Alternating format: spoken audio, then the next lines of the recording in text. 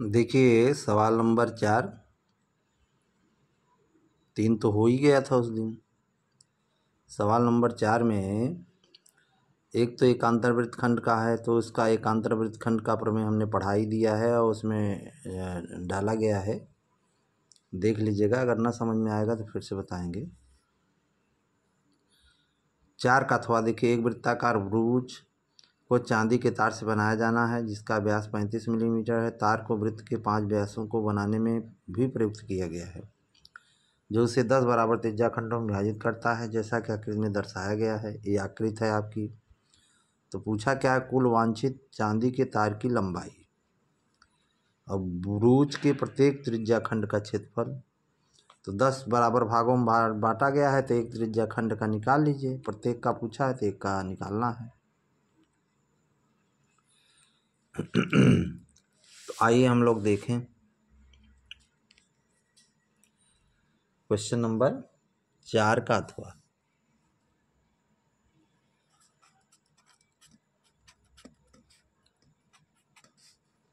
प्रश्न नंबर 4 अथवा तार का जो व्यास दिया है,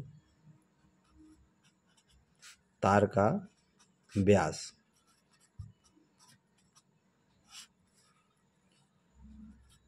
बराबर 35 मिलीमीटर। व्यास बराबर क्या हुआ, 35 मिलीमीटर। तो त्रिज्या आर बराबर कितना हो जाएगा, 35/2 मिलीमीटर। तो तार की परिधि निकालिए, तभी तो लंबाई पता चलेगा।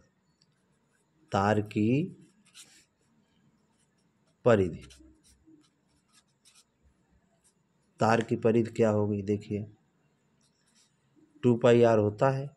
क्या होता है, 2πr। तो 2 22/7 और आर कितना है, 35/2।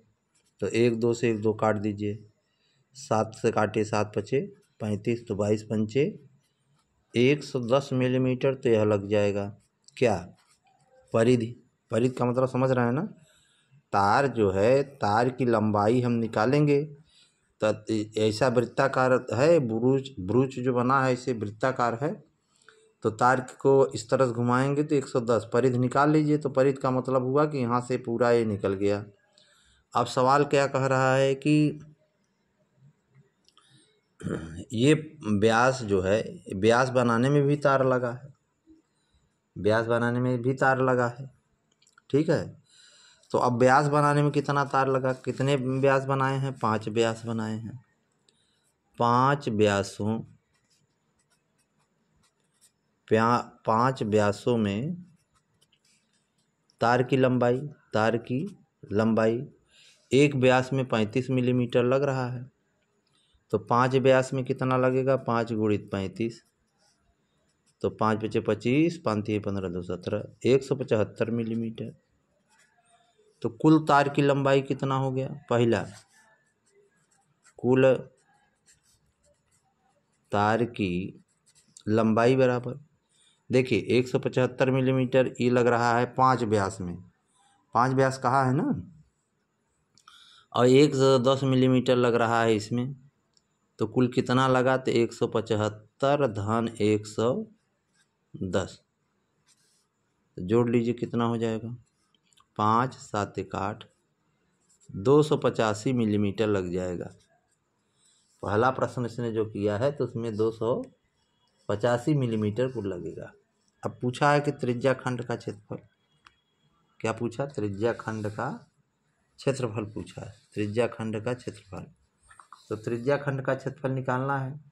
10 समान त्रिज्या खंड में बांटा गया है, तो 10 समान त्रिज्या खंड में बांटा गया है। दूसरा सवाल इसी का दूसरा,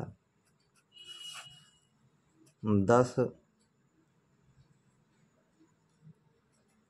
समान त्रिज्या खंड में बांटा गया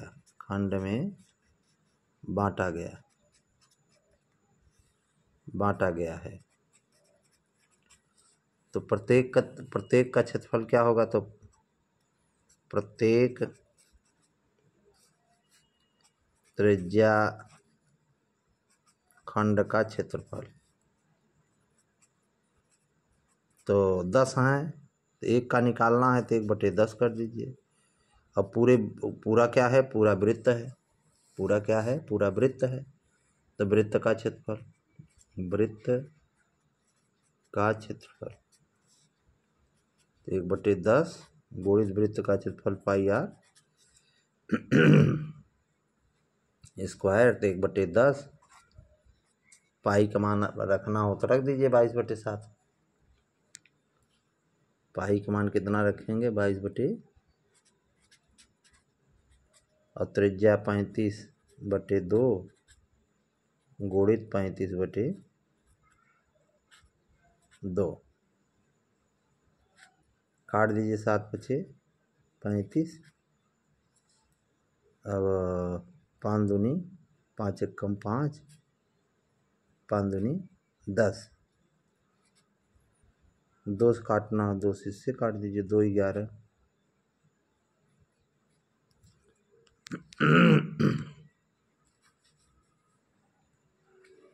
11 गुणित 35/2, 2 से कट गया ना, 2 दूनी 4, 11 गुणित 35 बटे कितना आ जाएगा 4। तो 11 में 35 का गुणा करेंगे, 11 × 5 = 55, 5, 11 × 3 = 33, 5 38, 38/4 384/4 मिलीमीटर। ये सवाल नंबर 4 आपका आ गया।